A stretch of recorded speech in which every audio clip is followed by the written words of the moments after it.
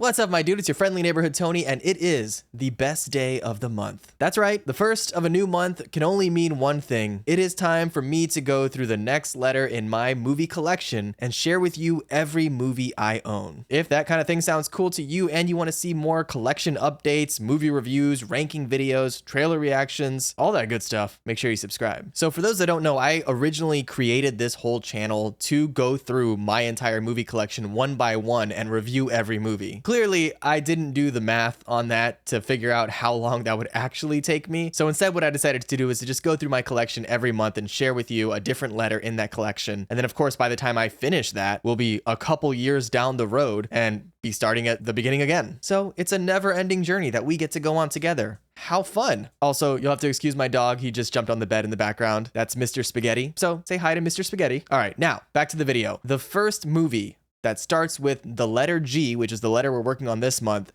is an absolute classic sci-fi comedy that I love so much, and I wish they would make a sequel to it. That is Galaxy Quest. Now, if you are too young to have seen Galaxy Quest back in the day when it first came out, you are missing out. I'm telling you right now. This movie is so funny. It's basically a parody on something like Star Trek, except it's also a parody on what it would be like to have been an actor on a show like Star Trek, except then they get swept up in this actual real life intergalactic war that's going on. It's a really funny movie. You've got a star-studded cast. The main character in it is Tim Allen. You also have Sigourney Weaver. Alan Rickman is in it as well. Rest in peace to him. But there's also Tony Shalhoub, oddly enough, the guy who played Monk, and a bunch of other actors and actresses that you're definitely going to recognize. It's a really fun movie. If you are a sci-fi nerd like myself, I think you're going to get a lot of enjoyment out of it, so I absolutely recommend you pick that up on Blu-ray. But yes, first on the list, Galaxy Quest. Now we move on to something a little more unique. So in addition to being a big sci-fi fan, I am also a giant anime fan, and the only thing I love more than a really great anime is a really terrible anime. And I am willing to dig into the depths of the internet to find the worst anime ever created. And one of those is a little something called Garzy's Wing. Now, Garzy's Wing, the big selling point of it is it's created by the guy who created Gundam. And it is incredible how terrible this anime is. It's about 90 minutes in length, and it's a story about a young boy who gets swept away to another world where he has to save a native population. So a pretty simple idea, but it gets so weird and so nonsensical from there. And if you think that's bad enough, if you think the story structure and the storytelling is bad enough, watch the dub. The English dub is magical. It is one of the worst dubs I've ever heard in my life. It's so bad.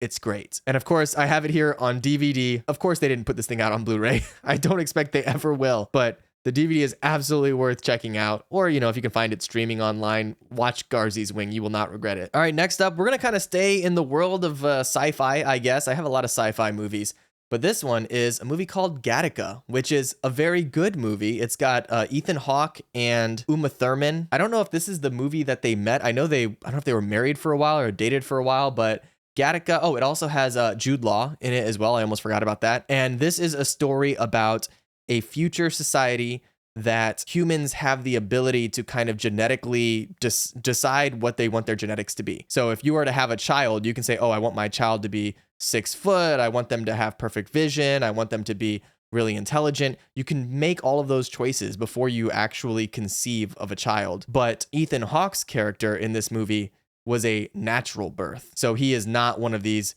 super perfect human beings that exist in this world. He's just a regular guy who has his own issues. And it's his story of basically trying to achieve the goals that he wants to achieve despite his limitations. And it's a really, really good movie. I feel like those that know about it know that it's great, but I also feel like a lot of people have not heard about Gattaca. So this is one that I'm definitely going to recommend. It's not a visual spectacle or anything like that. It's just a really cool story. All right, next up, we go into the horror realm with a movie called Get Out, which is, of course, Jordan Peele's movie about a young black man who goes to visit his white girlfriend's family, and some crazy stuff happens after that. I don't want to spoil exactly what happens in the movie, but it is pretty frightening, to say the least. And also, there's some comedy elements to it as well, right? It plays on some of the tropes that we know of, or at least that those of us who are minorities know of when you're around non-minorities, and kind of the relationship that can occur there. And so it plays on some of those tropes, and it does a really good job of kind of leading you through the story in a way that you're not quite sure what's going on until it decides to tell you. And it's also really well acted. You've got Daniel Kaluuya in this one, who was also in the more recent Jordan Peele movie Nope. He's amazing in this movie. Honestly, everybody's really good in it. So an absolutely fantastic horror movie. Probably Jordan Peele's best so far, I think. If not, it's certainly up there in the top 2. All right, next up, we stick in sci-fi and in anime as we move into Ghost in the Shell. And I have Ghost in the Shell, the original anime movie, on 4K Blu-ray. And I also have the live action remake with Scarlett Johansson. And obviously, I think the first one, the original, is the better of the 2 movies, but the remake is not that bad. You know, it got a lot of flack because you have Scarlett Johansson playing the main character, who is a Japanese character. But I feel like they explained that well enough in the movie for it to make sense. And, you know, I think maybe the one thing that they do in this movie, in the remake, that probably held it back from being great to me is that they try to stick too closely to the original. They don't allow themselves any kind of creative liberty, and it's almost at times a shot-for-shot remake of the original movie. And for that, it begs the question, why? Why make something if you're just going to stick so closely to the original source material? We already have that. We don't need a new version of the exact same thing. So that's probably, I think, my biggest fault with the movie. But either way, I think they're both really good. The original is an absolute classic, and it looks really good on 4K Blu-ray, which you can't say for every old anime. And for those that are not familiar with Ghost in the Shell, I think a lot of people watching my channel are probably familiar with Ghost in the Shell, but if you're not, it is a movie that is kind of the origin for a lot of modern sci-fi. So when you think about movies like The Matrix, a lot of those concepts come from Ghost in the Shell, which I'm sure the concepts in Ghost in the Shell must come from something that predates it. But if you've seen, you know, interviews with certain filmmakers that have worked on even things like The Matrix, they will flat out say Ghost in the Shell was an inspiration. So a great movie, a decent sequel, not sequel, but a decent remake. And I had to have them both in the collection. All right, next up, man, the letter G is really like the letter of anime, because the next movie here is an anime called The Girl Who Leapt Through Time. And for those that are unfamiliar with kind of my taste in anime, this is directed and created by Mamoru Hosoda, who is one of, if not my favorite anime director, modern anime director. And he's done a number of movies. He's done Wolf Children. He's done The Boy and the Beast. Summer Wars is another great movie that he's done. So he's got a number of films under his belt. And The Girl Who Leapt Through Time is, I think, probably one of the more accessible movies of his. I mean, they're all pretty accessible, but I think if you were to show someone this, it would really give them a good idea as to what kind of movies this guy makes. So really enjoy this one. I don't think it's necessarily my favorite of his, although that's really hard to say. I mean, I love Summer Wars, I love The Boy and the Beast, but I don't think this is right up there in the top 2, but it is a really good movie nonetheless, so definitely recommend it. All right, next up, we go into a few classics. Next on the list is Gladiator, which is, of course, an absolute classic. You have Russell Crowe playing Maximus Decimus Meridius, father to a dead son, husband to a dead wife, and he will have his vengeance in this life or the next. You also have Joaquin Phoenix in this movie, who plays an absolutely creepy Caesar. And of course, he would go on to be incredibly successful, but he is so good in this movie. And of course, they're making, I guess, a sequel now, which I don't really know how that's supposed to work, or I don't know if we really need a sequel to Gladiator, but it totally stands up. If you watch it on 4K, you're still going to be blown away with the visuals. Also, it was funny, I was rewatching this recently with my girlfriend, and I believe the music is done by Hans Zimmer, I want to say, who is the same person who did the music on the Pirates of the Caribbean movies. And there's a specific song in this movie that straight up is right out of Pirates of the Caribbean, or I guess rather the other way around, because this came out first. But it's just really funny. It's like, okay, you were kind of phoning it in that day, I guess. But that aside, it's a fantastic movie in every way. It's an absolute epic. The action sequences are incredible. The story is compelling and tugs on your heartstrings. It is just a great movie through and through. And a couple other great movies that are absolute classics would be the first and second Godfather movie, which I have here. Now, I do not have the third Godfather movie because I don't like that movie. I mean, it's just not good. The first and second, though, are incredible. In fact, I think I like the second more. I don't know if that's a controversial take, but they're both phenomenal movies. And that's coming from someone myself that isn't generally a big fan of like the mafia movie trope. It's just not something that ever really grabbed me. I remember this is gonna get people upset at me, but I have tried to watch Goodfellas so many times, and I get to the same point in the movie and I just give up. I just don't really care all that much about those mafia style movies. But The Godfather and The Godfather 2 are so amazing that even if you're not a fan of the genre, you're still going to love these movies. So I absolutely had to own them. There is a collection that comes with the third movie that I considered buying, even though I don't like the third movie, just to have kind of like the box set of it. But instead, I just went with the 4K Blu-rays. It was fairly cheaper to get it this way than it would have been to get the actual collection. But if you want the whole shebang, there is a bundle box set that comes with the third movie and the more recent release that they did. I forget what it's called, but it's basically like a recut of the third movie that's supposed to be a bit better, but still not great. So if you want that full collection, you could totally get that box set. But if not, 1 and 2 are both available on 4K, and that's what I did. So you do you, boo-boo. All right, next up, the pile is growing here. We have Godzilla and Godzilla vs. Kong. Now, of course, you might be thinking, wait, there's something in between those movies that is missing. Godzilla, King of the Monsters. But that movie, I would say, is not good. I'm sorry. Look, just because it's in the collection doesn't mean I have to have it or acknowledge it. I love the first Godzilla movie, or I should say the first modern American Godzilla movie. There's a million Godzilla movies, but I love what they did with this first one. It had a couple of things that maybe I wasn't the biggest fan of, but overall, it is a phenomenal movie. They do such a great job with representing the scale of Godzilla and the intimidation of being a human on the ground if a giant, just massive lizard were to be trampling through your city. So it does a phenomenal job with that. It also connects you pretty well, I think, to the human characters in it. And then, of course, Godzilla vs. Kong is just an all-out, wild, fun time of seeing two legendary beasts go at it. And it also, you know, it has moments with the human characters, but it doesn't dive too deeply into those relationships because they know that's not why we're there. We're not there. We don't care about these random humans that much. We really are here to see Godzilla and King Kong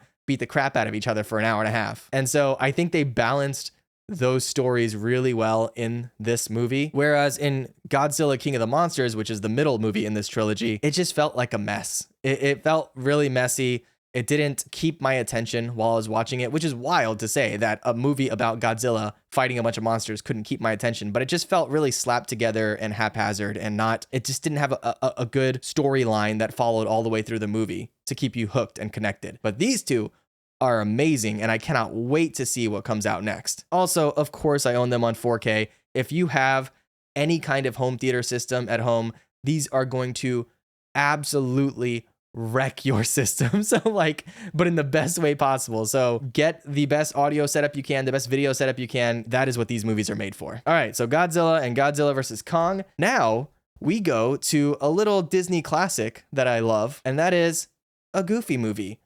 I love this movie. This is such a feel-good flick about a father and his son just trying to find a way to connect. It's got awesome music as well with Powerline. It's just all in all a fun movie that also has a lot of emotion in it, and it's totally rewatchable. I've seen this a million times since I was a kid. And yeah, it also makes you feel. If you're someone who maybe didn't have the best relationship with your dad, this is gonna get you. So a Goofy movie, although what sucks is it's really hard to get these kind of movies from Disney. A lot of times they're only available if you're a member of whatever that Disney subscription thing is that they have. And so I had to pay top dollar to get this movie on Blu-ray. And if you want it, you're probably gonna have to do the same. So unfortunate, that's what it is. Definitely worth having though in the collection, without a doubt. All right, next up, we go back into the world of anime with a movie that I own not because I enjoy it. I absolutely do not enjoy it. I can't say that, but it is absolutely worth having, worth seeing, and is one of the great anime films of all time. And that is Grave of the Fireflies. Now, if you are not familiar with Grave of the Fireflies, I envy you because you have not had your heart crushed and trampled upon as much as I have. Grave of the Fireflies is a movie about a young boy who is surviving the bombings of World War II. He lives in Japan and there's fire bombings going off and all of that. And he's trying to survive with his little sister. It is based on a novel that is based on a true story about a guy who did survive this. And do yourself a favor. If you watch this movie, do not go online afterwards and look up the guy's real story. Don't look up interviews about the guy that this movie is based on, because it will make you cry even more, because his real life story is even more sad than this movie, if that's even possible. So Grave of the Fireflies, it's actually a Ghibli movie, an older Ghibli movie made by Isao Takahata, who is the producer on, or was the producer on most of the Ghibli movies. He unfortunately passed away a few years back, but this is one of the few movies that he himself directed, and he did a phenomenal job with it. It is so powerful. It's a must watch, I think, although everyone I've shown it to has both loved and hated it because it made them feel so much. So this is a tremendous film. Just be prepared going into it. All right, next up is a movie that actually one of you guys recommended to me. I forget who it was off the top of my head. I apologize. If you're watching this video, hey, shout out. This was a movie that you recommended that I review when I was kind of going through and reviewing just random Blu-rays, which maybe I should do that again. If you guys have movies that you want me to review specifically on Blu-ray, if you want me to go over the special features and the video quality and all of that stuff, definitely let me know. Drop a comment below. Let me know what movies you want me to check out, and maybe I'll do a separate video just for that. I mean, it's a lot of fun for me too. So let me know in the comments below. But this movie stars Sir Patrick Stewart, I apologize, as well as the late Anton Yelchin, and it is a movie called Green Room. This is a really cool film. It's about a band that Anton Yelchin plays in, and they go to they have a gig basically at this kind of crappy dive bar in the middle of nowhere, and it turns out that dive bar is run by a bunch of neo-Nazis, and so they find themselves in a situation where somebody gets murdered and they have to figure out how to get out of this without they themselves being killed. So it is a really cool kind of a thriller horror type movie. Anton Yelchin is really, really good in this. Unfortunately, he passed away far, far, far too young. If you don't know him, he was in the more recent J.J. Abrams Star Trek movies, and he, I mean, had so much potential. But this is one of his last movies that he did, and it is phenomenal. You also have Patrick Stewart playing kind of like the leader of the neo-Nazi gang, which is interesting because I feel like that's not something you normally see Patrick Stewart doing, but he is also really, really good and really scary in this movie. So definitely recommend you check it out if you're into that kind of flick. It is called Green Room, and it gets my recommendation for sure. All right, so now you can probably see the pile coming up from below the frame. We just got a couple movies left, no big deal. In fact, we'll do these together because they go together, and that is... there we are. Guardians of the Galaxy, Volume 1 and Volume 2. These are awesome movies. I mean, the first Guardians of the Galaxy is tremendous. It was such a long shot, I feel like, when this movie came out. No one knew who the Guardians of the Galaxy was. Now, I don't mean to toot my own horn. I knew who they were because I'm a giant comic book nerd and have been my entire life. But most of the standard movie-going audience, even those that are big fans of the Marvel Cinematic Universe, had no clue who these characters were. And honestly, the fact that Marvel was willing to give as much money and trust to James Gunn to make this movie is incredible because it was so good. I did have a couple minor issues with it. I think the ending kind of fell a little flat, just a little. The ending was fun, don't get me wrong, but the villain in the movie kind of suffers from the typical Marvel villain trope where it's like, you know, he's just not really that unique or interesting, at least to me.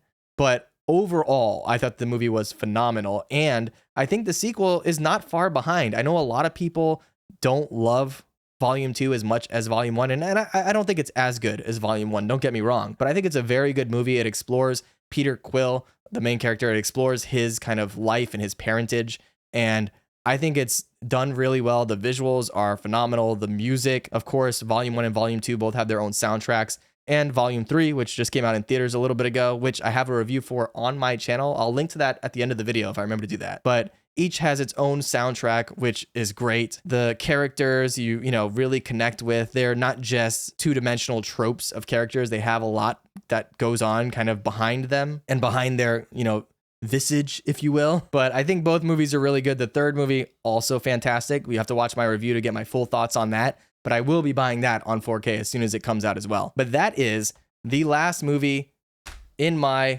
list of films that start with the letter G in my collection. So let me know what you think. Are there any movies that you think I missed that I need to have in my collection? I mean, I know there's a ton, and I will be adding and removing probably some movies as well as time goes on. So let me know what movies you think I missed in the comments below. Also, if you didn't know, I just recently hit 1,000 subscribers on this channel, which means I was able to monetize it, which is amazing. With it monetized, I went ahead and created kind of a channel membership. It's nothing crazy, just basically a couple bucks a month. If you wanted to throw it my way, it gives you kind of more access to me directly. So check out the channel membership link in the description below. If you want to sign up for it, awesome. I appreciate it. If not, just drop a like on the video. And if you want to see more videos just like this, make sure you subscribe. All right, I'll catch you in the next one. Be good.